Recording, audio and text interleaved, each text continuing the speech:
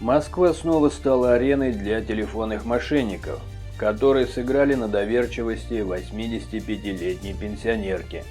Схема знакомая, но каждый раз порождает масштабами и наглостью. От имени госорганов женщину убедили передать все свои сбережения для защиты от мошенников. Итог – 1,5 миллиона рублей, переданных прямо в руки аферистки. Давайте разберемся, как жертва оказалась в ловушке и как оперативники развернули ситуацию против преступников. Первая часть схемы разыгрывалась по классическому сценарию. Пенсионерке позвонил человек, представившийся оператором связи, и под предлогом продления договора обслуживания выманил у нее личные данные. Этого хватило, чтобы запустить вторую волну. Ей начали звонить сотрудники госорганов. Сообщения были пугающие. Ваши сбережения пытаются украсть. Срочно переведите их на безопасный счет через нашего курьера.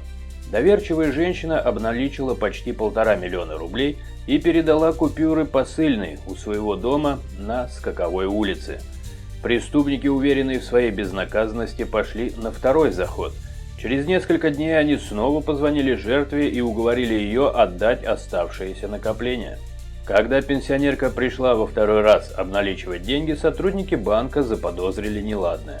Они оперативно связались с полицией, после чего была спланирована спецоперация.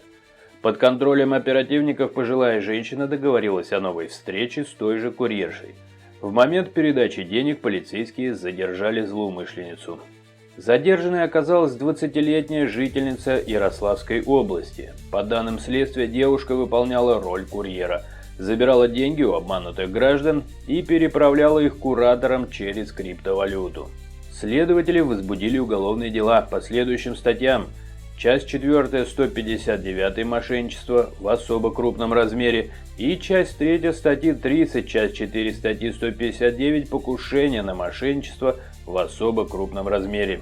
Сейчас подозреваемая заключена под стражу, оперативники продолжают расследование и устанавливают других участников преступной группы. Полицейские подчеркивают, эта схема остается одной из самых распространенных. Жертвами чаще всего становятся пожилые люди, которые доверяют голосам по телефону и путаются в деталях сложных объяснений мошенников. Вторая попытка обмана обернулась провалом. Для преступников благодаря внимательности сотрудников банка и слаженной работе полиции. Но каждый новый случай доказывает, бдительность и осведомленность – единственная защита от спасителей с липовыми удостоверениями. Москва, пенсионерка, миллион в руках мошенников и удачная операция полиции.